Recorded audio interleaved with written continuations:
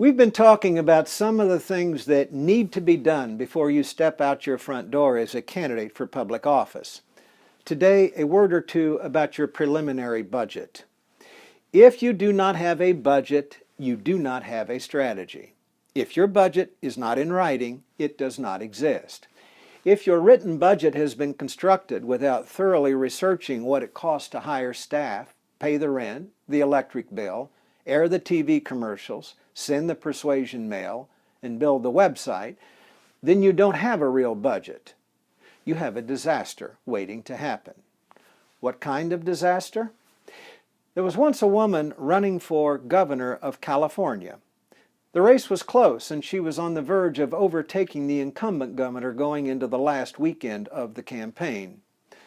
When it came time to cut the check to the TV stations for the final weekend TV buy, she discovered that the money had already been spent on other things. She went dark on television during the last 4 days of the campaign, just as voters were making up their minds. That mistake ended her career in public life. Divide your budget into two parts, that which I will call direct voter contact and that which we'll call overhead. What is direct voter contact? Those are the tools you use to communicate directly with voters.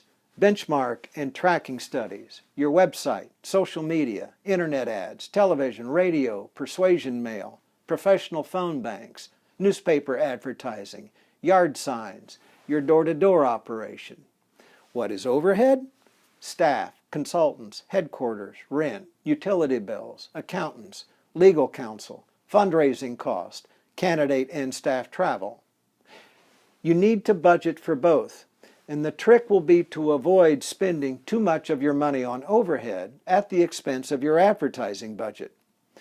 You can have the best paid staff, the highest paid consultants, the nicest office space, and great looking furniture.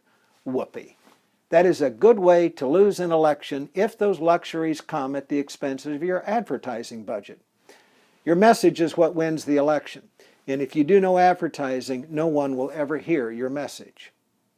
This is a general rule of thumb.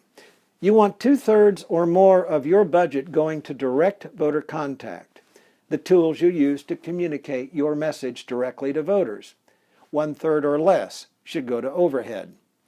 One note of caution about constructing the budget. No guesswork, no guesstimating, real numbers. It is essential that you have an accurate picture of what things cost.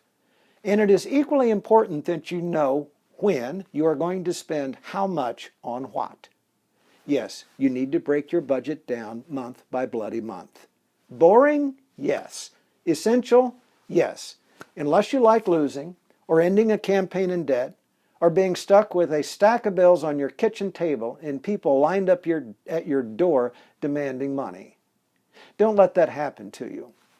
This past election, I was involved in more than 24 campaigns. Every single one had a budget. Nobody ended their campaign in debt. All programs were fully funded, and all funds went wherever they needed to go right on schedule. And everybody slept well at night knowing that we were always at or under budget. Have questions? Call me at 845-458-1210. If you'd like a copy of the budget template I use with a line item list of things you should budget for, email me at jay@jaytownsend.com.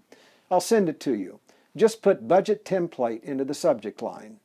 Please also be sure to visit jaytownsend.com to get your copy of my free book, The 10 Worst Mistakes Candidates Make. I'm Jay Townsend.